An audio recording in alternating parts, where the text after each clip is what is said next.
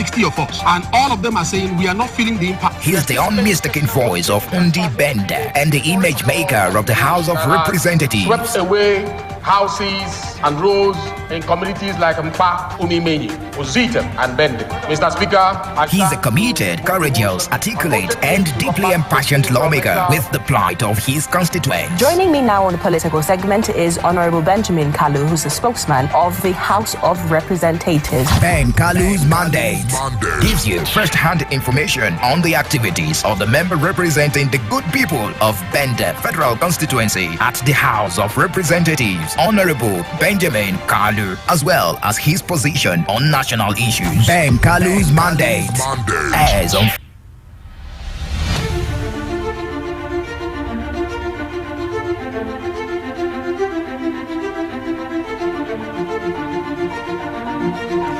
Yes, it is the weekly engagement of Representative Benjamin Okezie Kalu with the good people of Abia State, especially Bende Federal Constituency. We call it Ben Kalu's Mandate.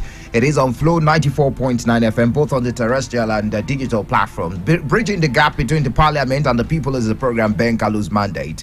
My name is Michael Oni. Our guest, of course, he's our representative who represents Bende Federal Constituency in the House of Representatives. That's at the 9th Nigeria National Assembly. He's currently the spokesperson of the House of Reps and the Chairman House Committee on Media and Public Affairs. Is joining us virtually. Glad to have you join us. Welcome to another edition of Ben Kalu's Mandate. Good morning to you. Good morning. Thank you. Thank you, Michael. Thank you so much for joining us. My good people of Bende, I'm happy to be here. My good people of Abia and Nigeria, I'm happy to be here. Michael, it's always a pleasure being in your program, and I hope you spare me a little bit today.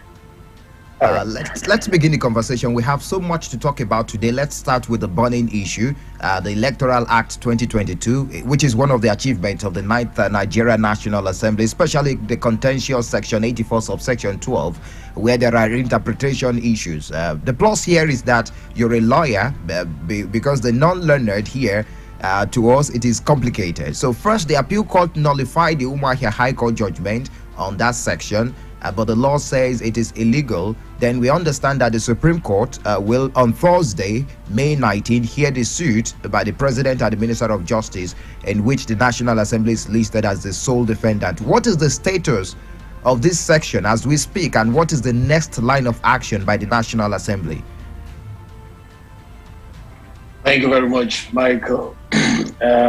This is a very good issue that you raised recently, being that a lot of people got confused by that ruling. Many people are wondering, where are we? Are we here or there?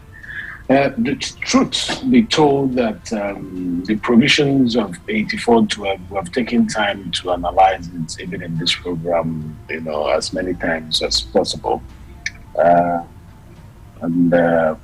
Luckily enough, it has gone on appeal, and a judgment has been given. But the background is that the Federal High Court, gave a ruling and asked that this 8412 should be removed from the Electoral Act immediately, and because of its unconstitutionality with regards to various provisions of the Constitution, and which we as a House considered a judgment made in error.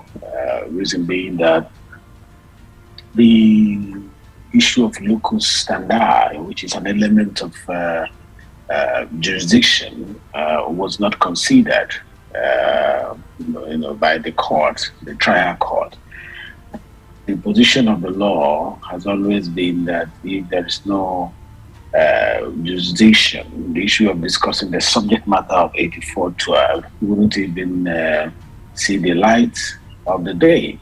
So, because the person who filed the matter did not have any nexus between himself and the subject matter, since the interest that is found in 8412 is not seen as a public interest, but personal interest, and specifically for a designated class of people, political appointees.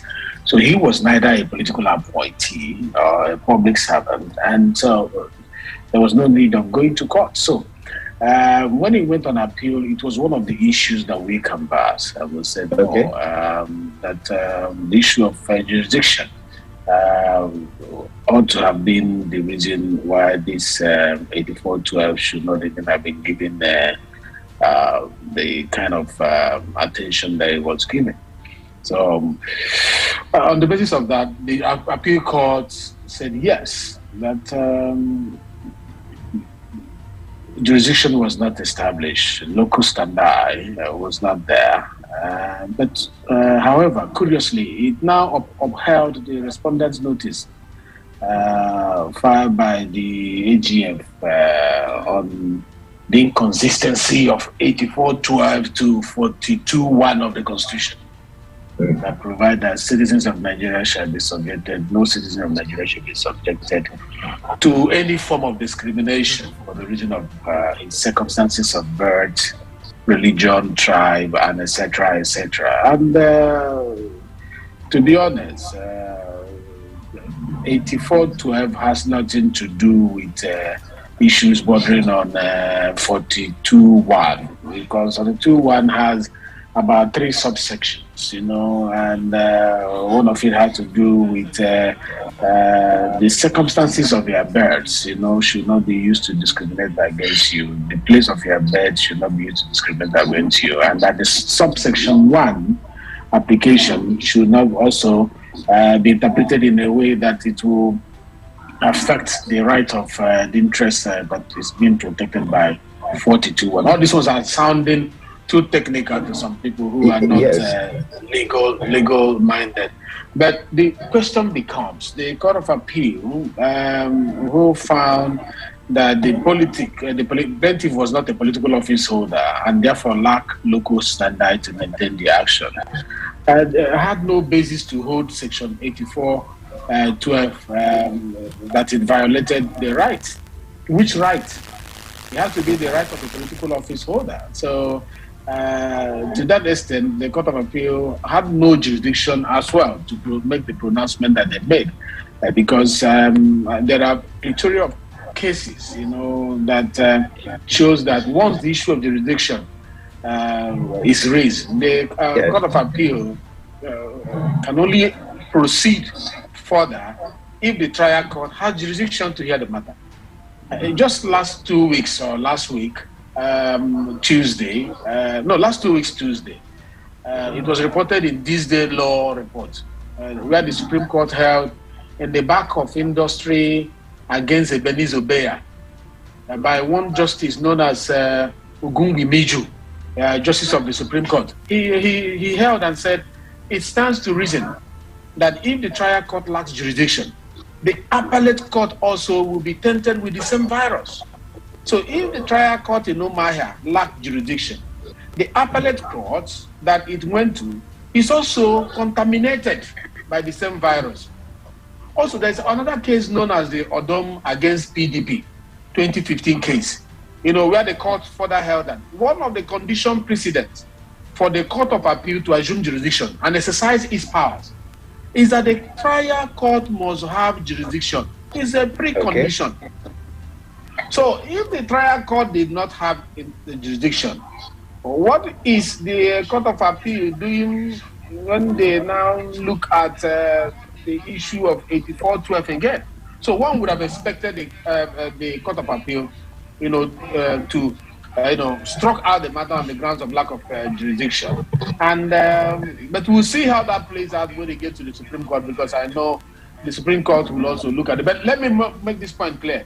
As it stands, nothing is standing against that 8412, because the person who commenced it did not have jurisdiction. So if anybody wants to present it, it has to be a political appointee who has jurisdiction that will now commence the action from the court of first instance, and it will begin to progress. But as it is now, there is no jurisdiction on that issue. That might be affected by time, because primaries will soon be conducted, even if the person is a political appointee. Well, it's up to the person. If there are wrong or mischief that is found in that particular 8412, if it is not corrected, now it can only be corrected later. But as I speak, there is no wrong there, and I may not speak about the one that the Attorney General and Mr. President has taken the National Assembly to court on 8412 because it will be subjudicial. I can only speak about the Court of Appeal one, the one of Supreme Court seeking for interpretation of the 8412. Whether or not it affected other provisions of the Constitution that they listed from 42 to 167 and not the rest of them. It's for the Supreme Court to look into. I cannot, as the spokesperson of the National Assembly, House of Rep, speak on what is before the court. It will be sub-judicial to do so. Okay, what is the next line of action of the National Assembly as we speak? Next line of action is that we are returning back to status quo ante. Okay. Status quo ante means that we are going back to the state that 8412 was before it was taken to court.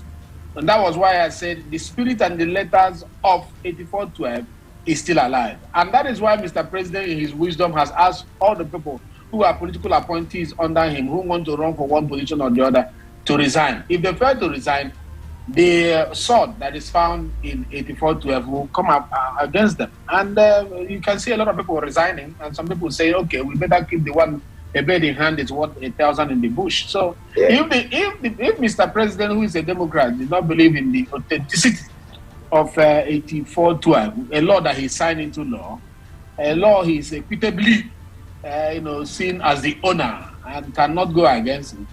If he says resign, he is not saying resign because there's any other reason. It's because of 8412. So we believe in the efficacy of 8412, and I'm sure that it is meant with a good purpose of cleaning up the electoral space so that the legislative intention that was behind proposing this 8412 will be achieved. What is that? To increase the competitive element of our electoral process so that credibility of our elections will be enhanced.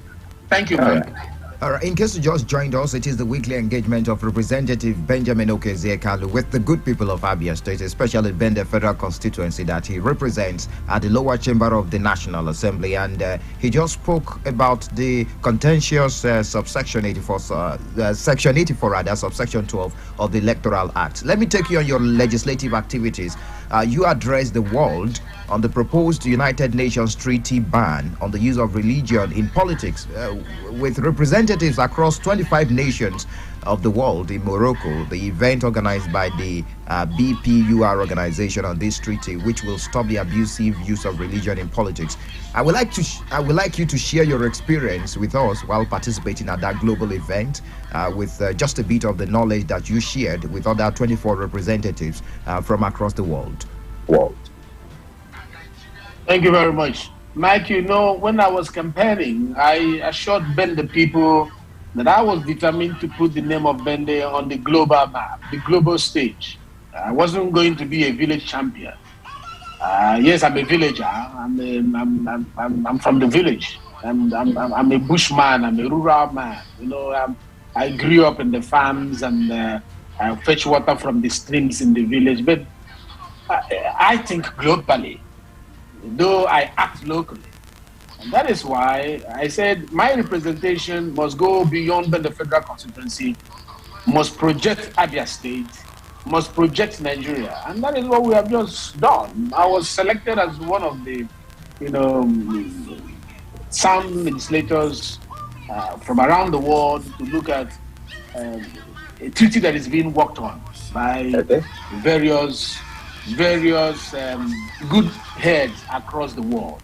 I'm not saying across Africa, I'm saying across the world.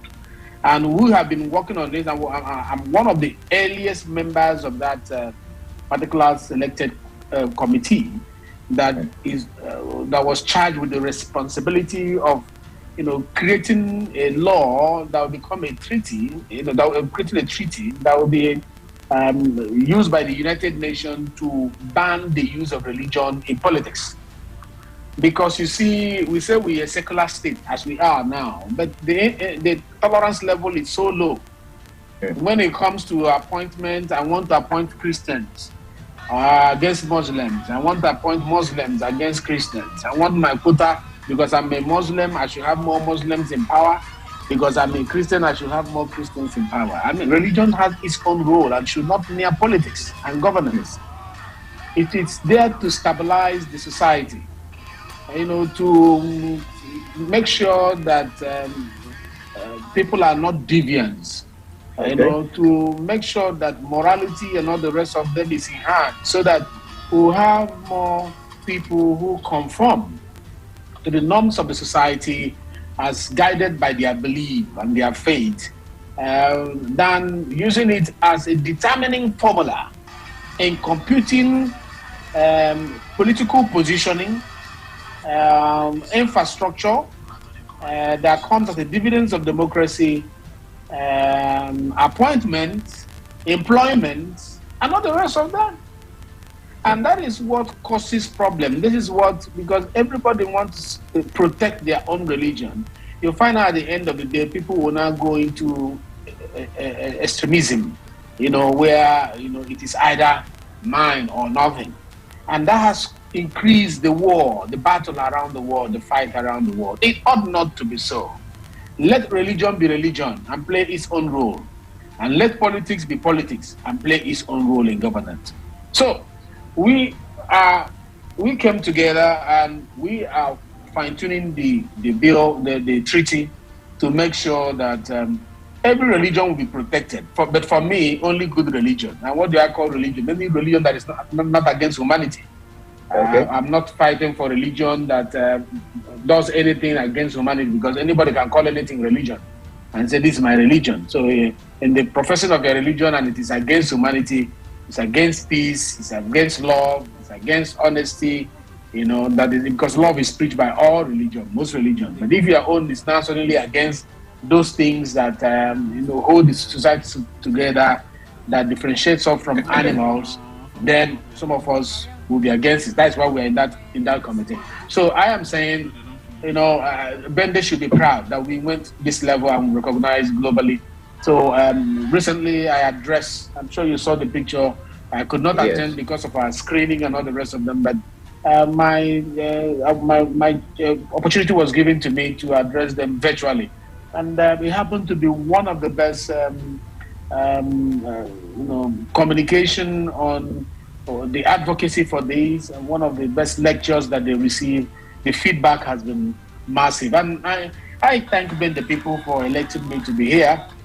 If I was not in the House of Representatives, this center stage would not be created for me. So all the credit goes to Ben the people, to be honest. And we'll keep using it efficiently, effectively, to make sure that we project Bende positively. Right. Let's move on to some other issues this hour on Ben Kalu's mandate. I would have loved to take you more on that treaty, but maybe some other time. Okay, I'm saying we should move on to some other issues. I would have loved to take you more on the treaty, but because of our time, because we have so many other questions to ask you at this time. So much has been said about the imbroglio between the federal government and the Academic Staff Union of Universities, with suggestions flowing from different quarters on how to minimize the effect of the impasse on the dream and the aspirations of students in Nigeria, especially putting into consideration the astronomical surge in crime rate and other social vices threatening the future of this country.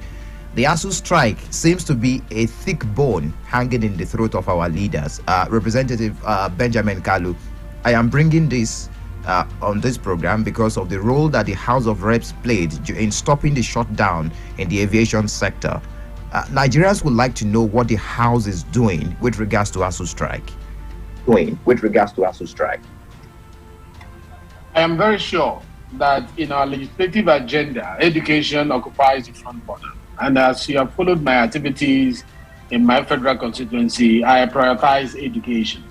And that is the spirit of the Ninth Assembly. We have allowed Labour to handle it and the Ministry of Education to handle it.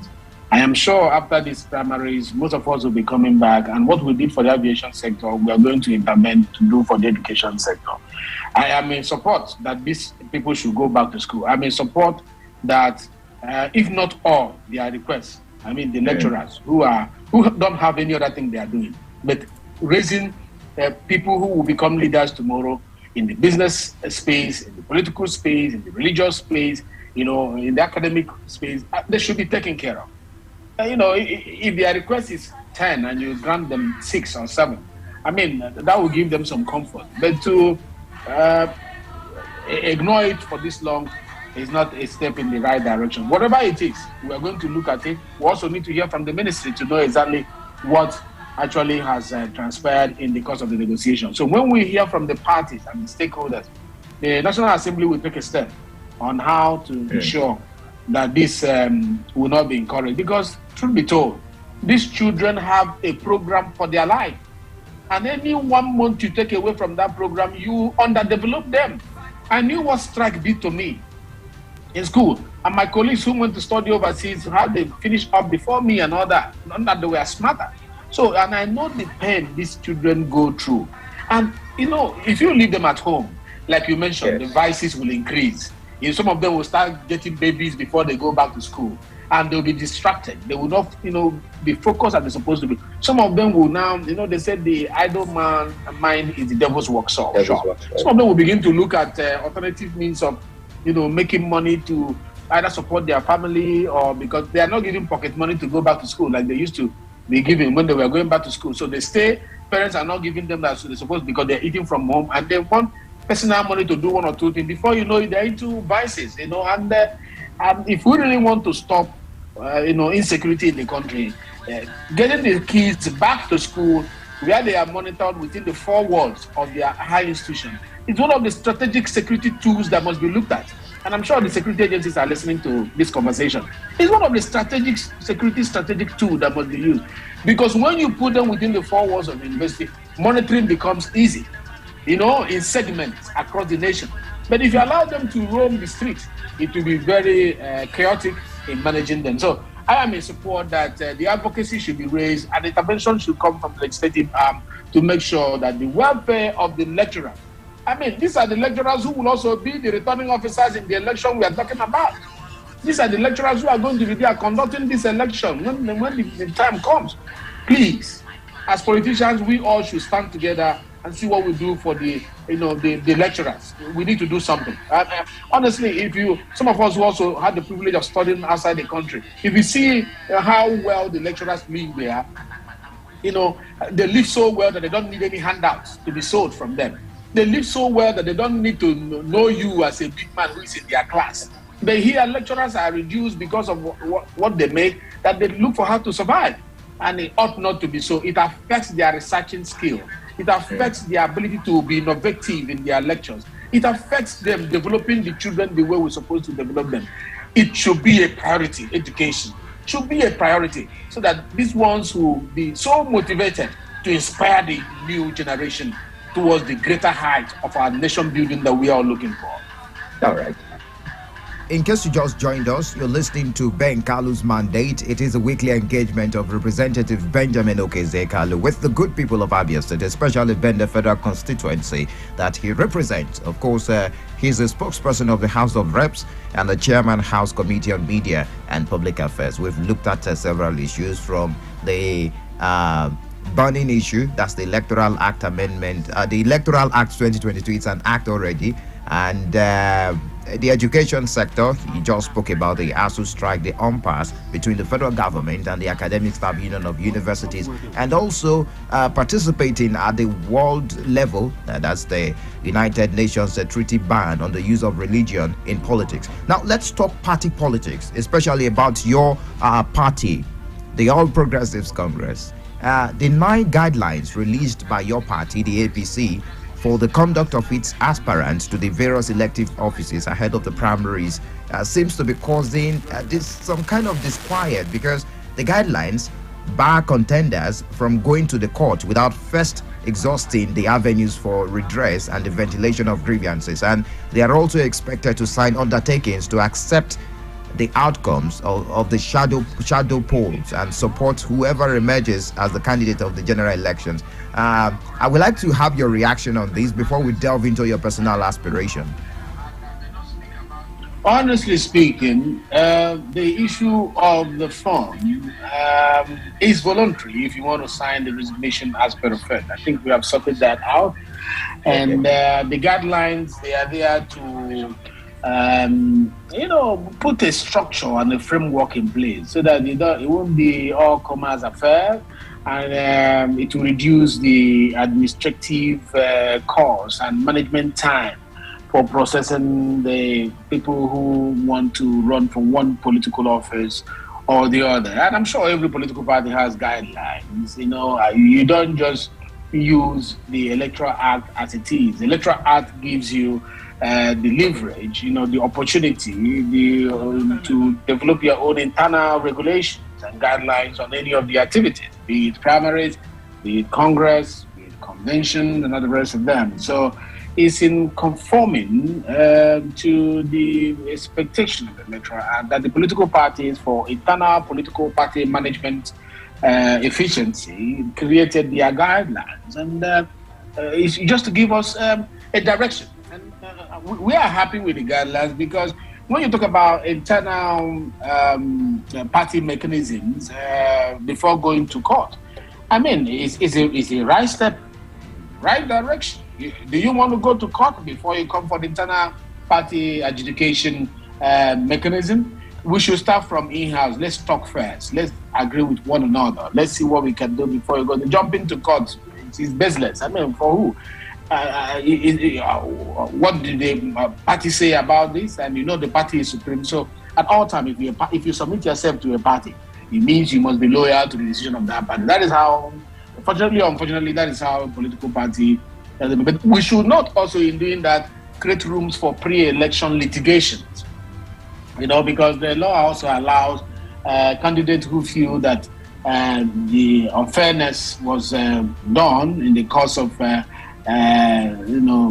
process meted out to them. There is a protection in the Electoral Act, and that is where they can now go for pre-election litigation. But most parties, especially my party APC, is very conscious of that and want to make sure that it is prevented, that the amount of litigations on the corridors of the court with regards to pre-election issues will be very much reduced. And I'm sure we are going to achieve that with what we have done so far. All right.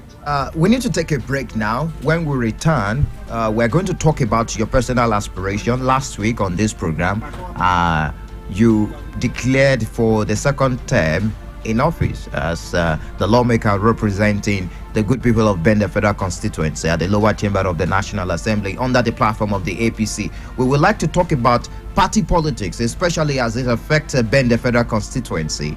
And I'm sure that so much of preparations are ongoing at the background. Maybe you'd like to reveal some on this program today on Ben Kalu's mandate. We take a break. When we return, the conversation continues. Stay tuned.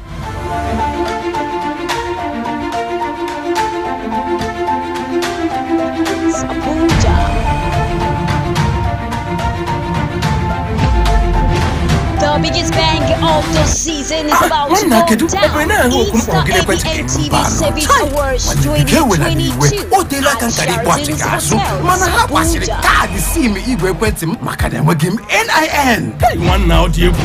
Abuja. The biggest bang of the season is about to go down. Easter ABN TV Service Awards 2022 at Sheraton's Hotels, Abuja. Airtel, the smartphone network. The biggest bang of the season is about to go down. It's the ABN TV Service Awards 2022 at Sheraton's Hotels, Abuja.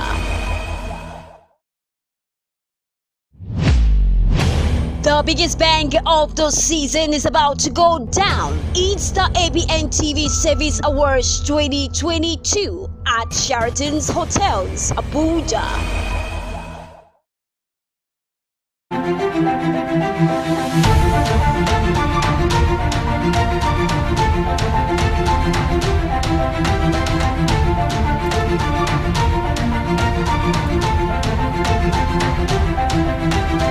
All right, thank you very much for staying tuned. Still the weekly engagement of Representative Benjamin Okezie Kalu with the good people of Abia State, especially Bende Federal Constituency. It is on Flow 94.9 FM, and we've been speaking to Representative Benjamin Kalu. He's the spokesperson of the House of Reps and the chairman House Committee on Media and Public Affairs. Now let's talk about your personal aspiration. Right from last week, so much has happened after you declared the political scene seems to be charged in your federal constituency that you represent. I want to ask you, how is the health of APC in terms of the factionalization of the party? We are journalists. We always ask party faithful about the factionalization of the party at the state level. Although members of the party will say we are one big family. What about that? How is your relationship with all the factions in the state and the state chairman of the party in Abia State? Mike. Okay, go on, please. Yeah, Mike, I'm sure in the course of running this program, you've known my disposition to peace and unity. And you have also known from my political philosophy that I am a unifier. Although some people have started borrowing the word, even nationally, but I was one of the first that described myself as the unifier. I'm a unifier because, you see, let's go inter-party relationship. I am in good terms with Governor T.O.G. I'm in good terms with Governor Okezi Igbazu. I'm in good terms with Governor Kalu. There are few politicians that can tell you this, that they can eat and they speak to all the past governors and the current governors, comfortably. Has respect for them, and there's no single governor that has governed the state or governing the state that doesn't have respect for me. Because of the way I carry myself, I'm a believer in unity. I am not a believer in politics of desperation. And I don't believe in factions. Because you see, these ones were my brothers before they became politicians. Are you talking about bend the people? I mean, for goodness sake, which faction? I don't believe in any faction. I don't attend any meeting that they say, oh, this one is faction, this, that. You can't see me there. It's the way I want to live in my political life. And that is why if you follow my political life, you find out when I contested with PDP, in 2011, they said that they won me, even though they didn't win me. People know they didn't win me. I did not go to court. I contested in 2015. They said they won me. They didn't win me. They know they didn't win me. They say I came second. I didn't come second. I won the election. But I didn't go to court. I said, my sister, go ahead. I will not be a distraction to you. I'm not desperate because I have a second address. And I have confidence that whenever the opportunity is given to me, I will use it for the people, not for me. And if I'm going to serve the people, it's not about me. And that is why desperation should be kept somewhere very, very far from me. Now, talking about the factions we don't have, not that politicians will say, oh, we don't have factions. Let me tell you, I speak with High Chief Ikechi Emenike.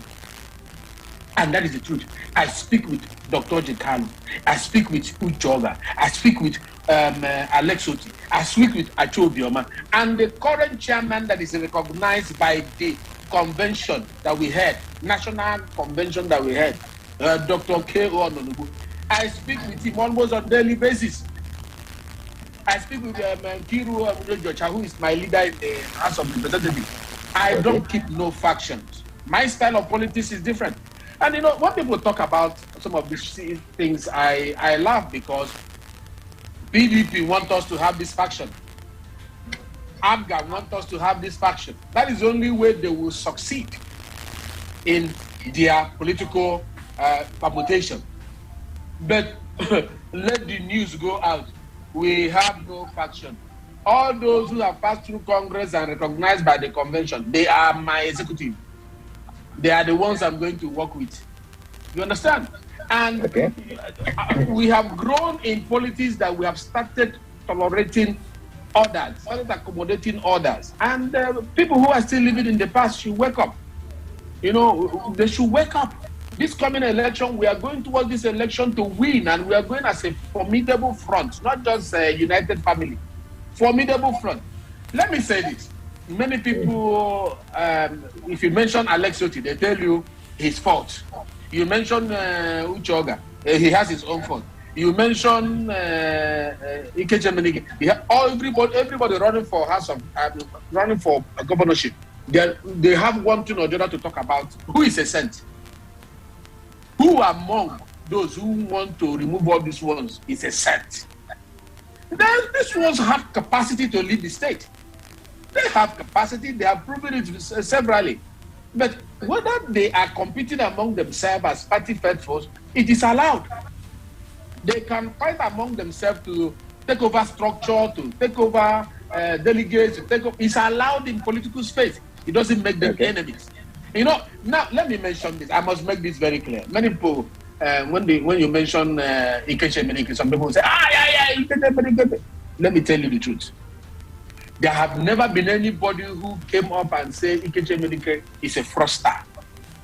Nobody has ever said that Ikechemenike is dishonest. Nobody has come to say you entered into agreement with him and he failed. Nobody has said that. You know, you come to Uchoga, the same thing. You come to Alex Otti. So let's allow the space for them. For me, Benjamin Okezie Kalu, I am working for APC.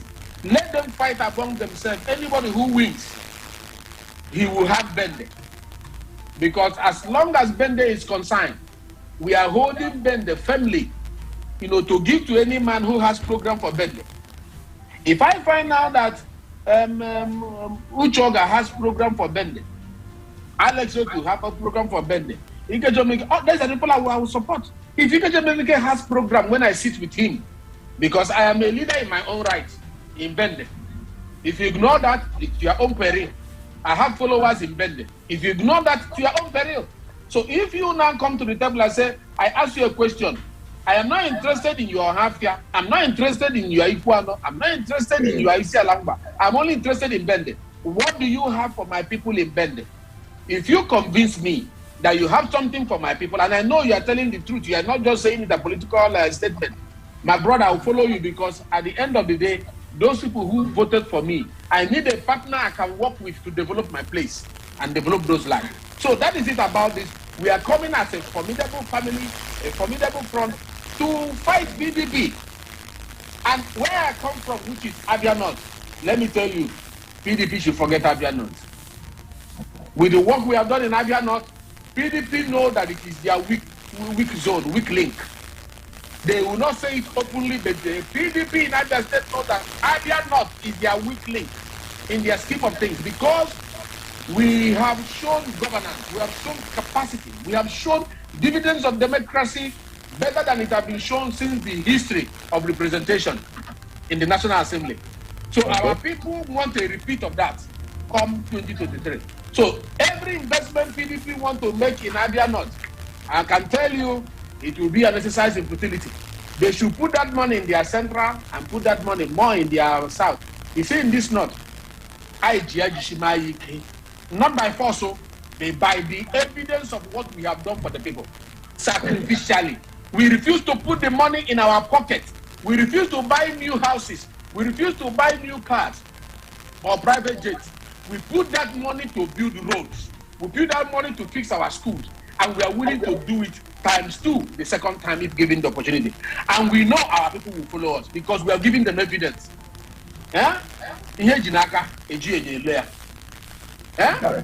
And is the devil you know is better than the angel you don't know. Even if they call us devils, they already know us that this devil is able to build road. This devil is able to build school, to give water, provide electricity. Not wishful thinking, not PAM 1, PAM 2, not Tembo, Rogrishi. We are talking about certainty. And then the people, and Abia people will not leave certainty for uncertainty. Thank you, man.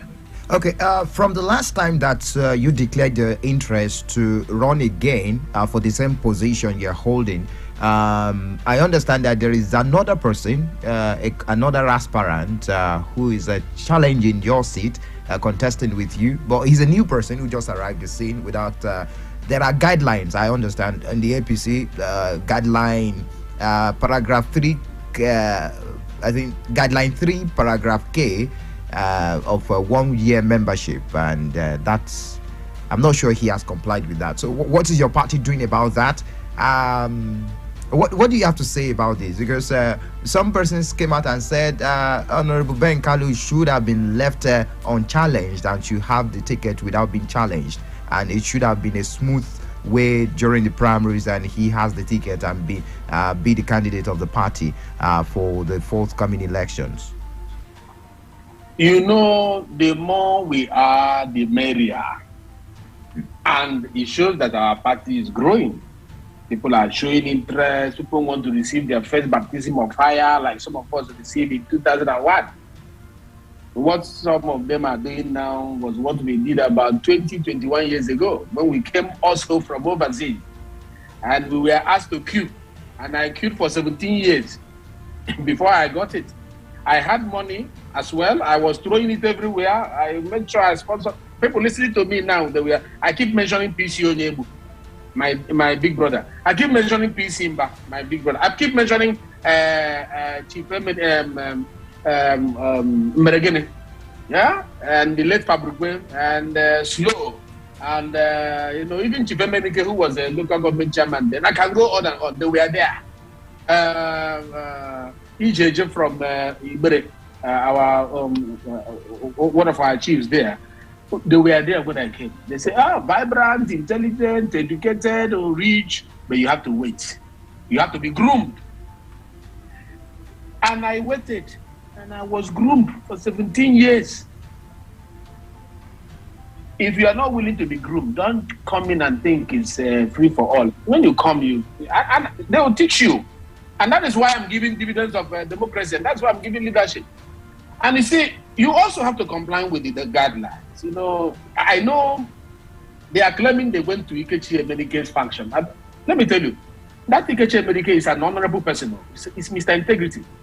And the chairman of the state, K.O. Nonobu, go and check his record. He's an honorable person. And what they don't know is that I have the record of those who registered in Item A, even in Ikechi Emenike's camp. As at the time they are quoting, there was no name like that in that register. So we should not come into the space fraudulently. You know, if the law says you have to stay at least 1 year in the party, what you quoted now is guideline for 2023 election, guideline number 3, paragraph K. That's what you quoted. And if you go to guideline number, I think it's 8 on page 13, the one you quoted is on page 6. If you go to page 13, you will see another one that says, if you misinform the party by, conspiring with somebody and prepare a document, you are going in for it too. That one is forgery.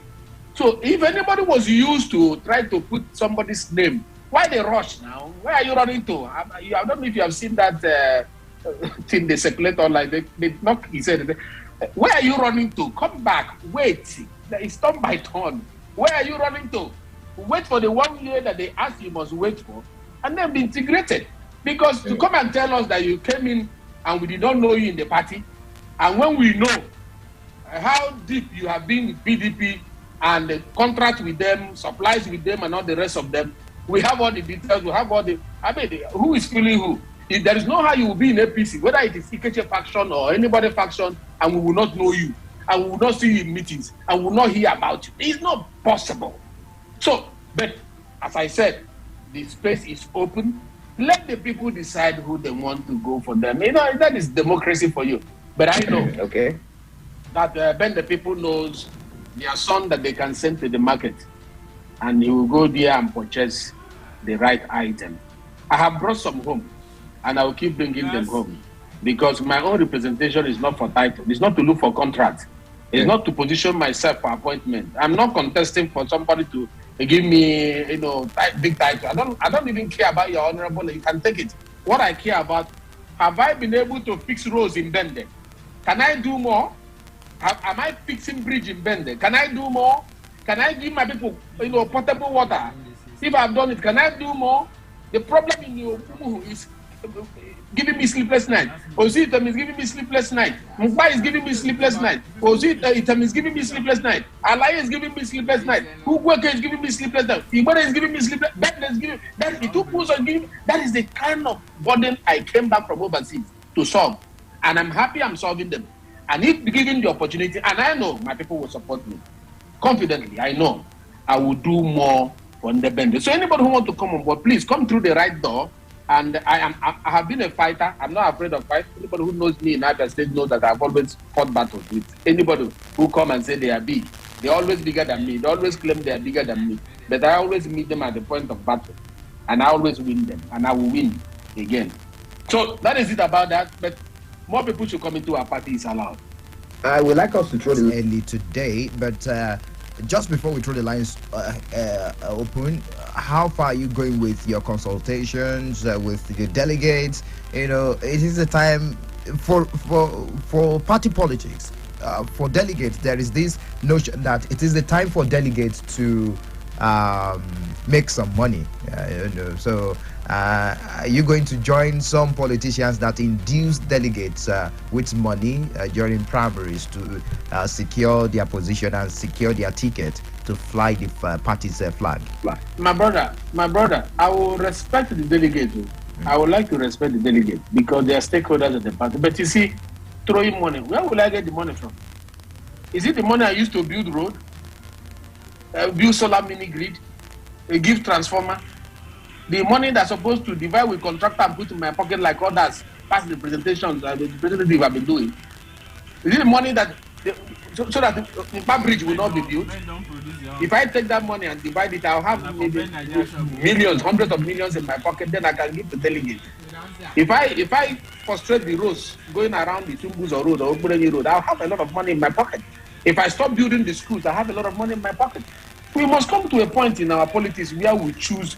You know, is it immediate gratification that we want, or a long-standing legacy that will outlive us that we want? You take 100 million from me today, and tomorrow you don't hear from me again until 4 years. And that road, you are still spoiling your vehicle, driving on it. And that school, your kids are still sitting on the floor. Who is wise? Me that have bought you up, and then I discharge you and go and make my money? It becomes transactional. I don't want to do a transactional leadership. But as far as respecting those that have been, selected as delegates, my brother, I will always give them the honor that they deserve. But what Benjamin needs now is beyond those who will share money to their pocket. Benjamin doesn't have the money to share. Okay. If I have, there will be no project. We exchange money for projects. That's what the people asked me to do. And that's what I did. And I don't have anywhere, and I'm not going to borrow from the bank to give to them. But as far as respecting them, in whatever form it comes, in accommodating them, in appreciating them, I will do that. But as for buying their vote, I will not buy. I don't have that strength. My strength is in doing projects for them. That is where my strength lies. So that is it. Right. Let's throw the lines open. If you want to be part of the conversation and talk to your representative, if you're from Bende Federal Constituency or anywhere in Abia State, Honorable Benjamin Okeze Kalu is ready to take your questions or your contributions now. The lines are open. You can also follow on our digital platform, facebook.com/Flow949FM. Drop your comments. You can watch the video, of course, of this program live. 0808 182 6949 or 0811 605 2949. Also drop messages on 0906 510 8289. It is Ben Kalu's mandate. Hello, welcome. What's your name? Okay, that didn't pull through. What's your name? Where are you calling from? Good morning, Michael. You're welcome. Good morning. Good morning. Daddy? Yes, go on, please. What's your name and your contribution? All right. I remember Mr. Prince Ulusuagu from Hanomona Chopo. Can you hear me, Mr. Mike? Yes. All right. My question is this. I quite believe that a house divided against itself can never stand. What effort are you making in your party APC to ensure that the faction of Emenike and the other man is united so as to get what you want? That is my statement. God bless you, my brother. All right. He's going to respond to that. Let's get more reactions. Hello, what's your name? Hello? Yes, we can hear you loud and clear. What's your name and where are you calling from? Ogbonna calling from Olo. All right, Mr. Ogbonna. Honorable. Sir. Honorable.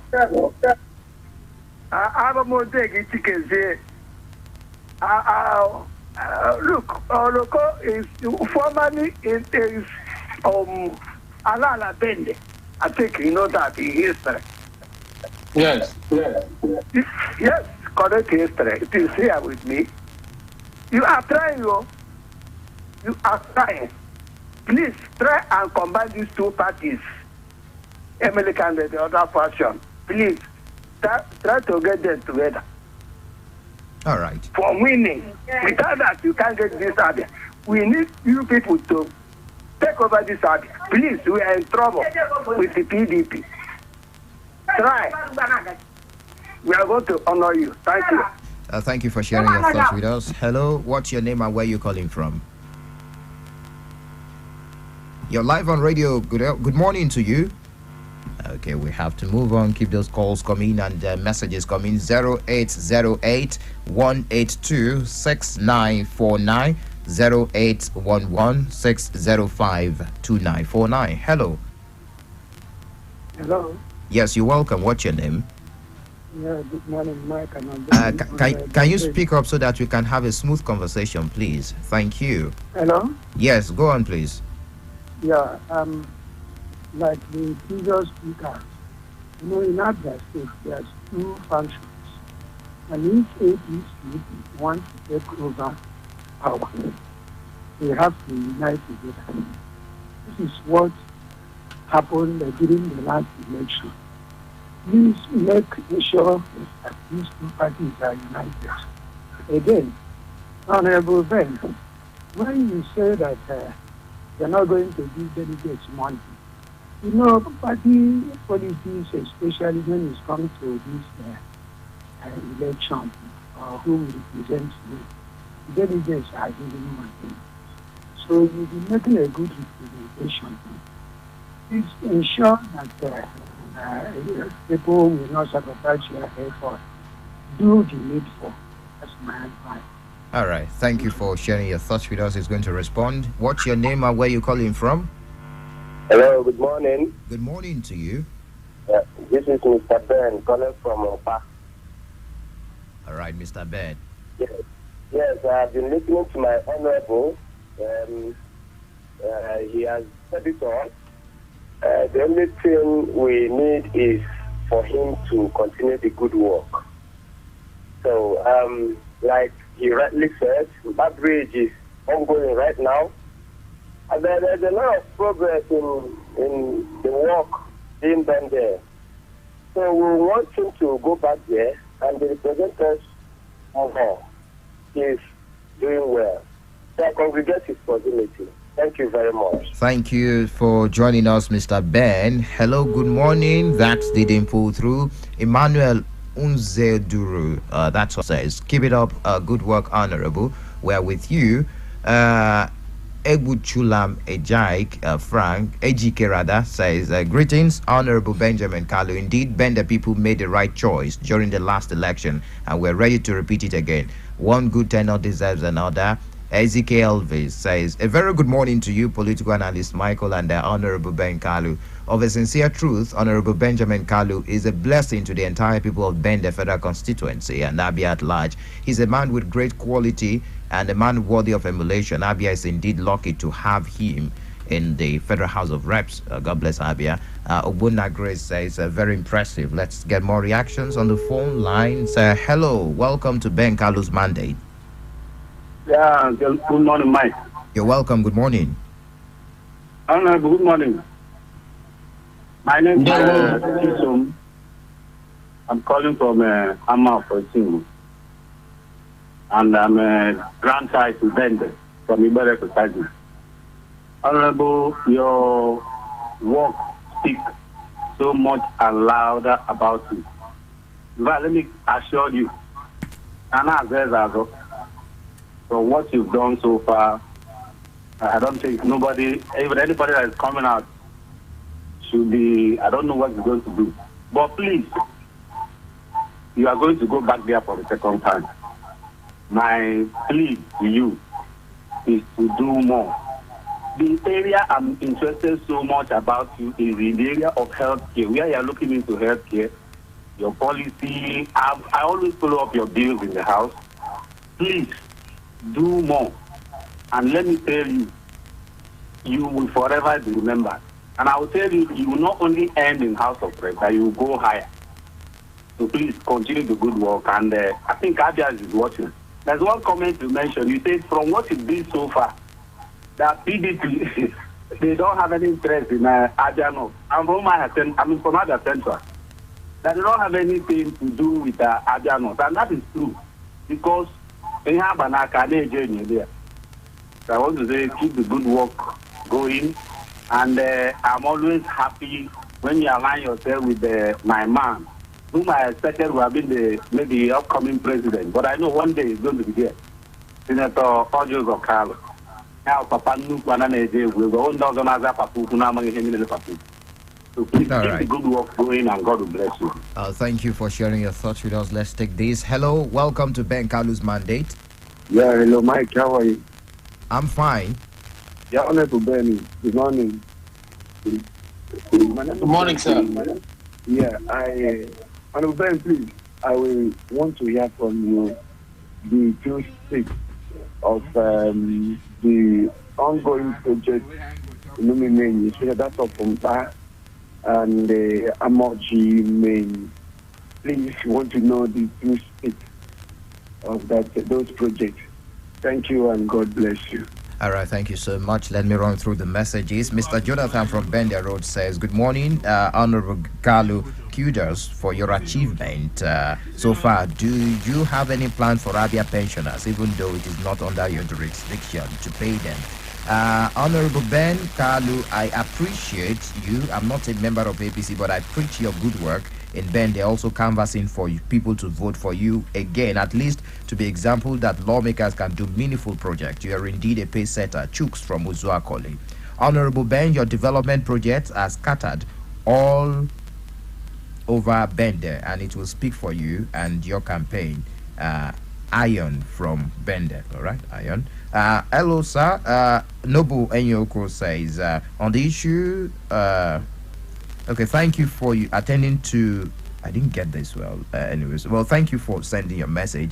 That didn't go. But Honorable Ben, your work speaks louder than your voice beyond the Bender Federal Constituency. We will support you to continue the good work for another time. On the issue of ASU strike, we trust the National Assembly to step in and resolve the impasse between the 2023 before the 2023 general election. Chief Issa Abraham from Itumbuzon, Bender.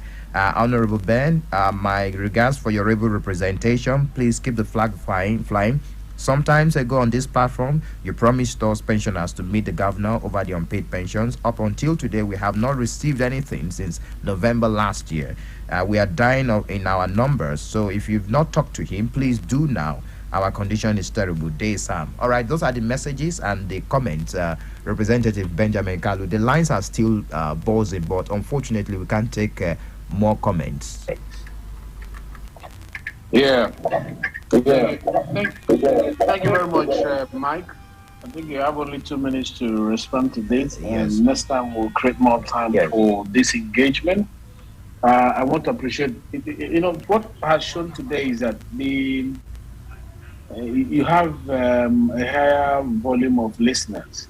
The feedback that we're getting shows that there's an increase, and shows that this program is really reaching out. Thank you very much, Flow FM. And other radio stations that anchor this program. I really appreciate you. Prince Oswago, I thank you. You said a house divided against itself cannot stand. The same thing Chickens here from Oloko said. A house divided against itself cannot stand. And I agree with you. And the same thing was echoed by another gentleman who called and who also spoke on the issue of delegate. But let me tell Abians, the house is no longer divided. There is no factions now. And we are going to this election as a formidable family. And I'm not joking. I have been to the house of High Chief Ikeche Menike. I have been to the house of Dr. Joseph Carlo. I have seen Alex Oti. I have seen Uchoga, Dr. Uchoga. Is coming as a formidable family. So PDP better get ready. what they thought would happen is not going to happen. We are moving as one family, and we are going for the state. So let them get ready. Now, the issue of delegates' money. My brother, like I said, you say the needful will be done. But if for me to tell you on radio station that I'm going to be sharing money, I don't have that money to share. It's not in our party constitution that you share money to delegates. But as for respecting the delegates, as for accommodating and appreciating them, that you can take to the bank will be done. The Ben from Obama in namesake, thank you for acknowledging that we are doing a great job there. Chief Emmanuel Nzeduru, thank you for encouraging us with your keep up the good work. Ejike, thank you for also appreciating our work. Obuna Grace, thank you also for sending your work. Amafo Isingu, the grandchild of Bende, I really appreciate you and your comment on the health issue. Yes, I'm interested in health so much to the extent that I'm going to be partnering with the state government now to give health insurance to people of Bende. The one dedicated for Bende, I'm buying into that initiative of Dr. Kezi Bazo on Abia State Health Insurance Scheme. Beyond the national one I'm doing, I've started conversation with the operators, and we are going to be giving more health insurance to Bende people. Thank you for those who acknowledge what we're doing in Umuimenyi. Jonathan, thank you. Pensioners, I will remind the governor again. I appreciate you, Chuks from Uzakole. Ion from Bende, I really appreciate you. Enyoko, Nobo, though we didn't hear what you were saying, but I appreciate you for tuning in. We'll keep working, we'll keep pushing forward. God bless all of you, and I look forward to next Tuesday when we will engage more, hoping that that is not the date of our primaries, if it is, I'll still find time to talk with you, because I am not going, the delegates, or if we're doing direct election, the primaries, whatever it is, the people know what to do. Their decision will stand, and I will abide by it. Representative Benjamin Okeze Kalu, thank you very much for joining us on this edition of Ben Kalu's Mandate. The program returns next week, God willing. We do appreciate you. My name is Michael. Need to enjoy the rest of your day. The biggest bang of the season is about to go down. It's the ABN TV Service Awards 2022 at Sheraton's Hotels, Abuja.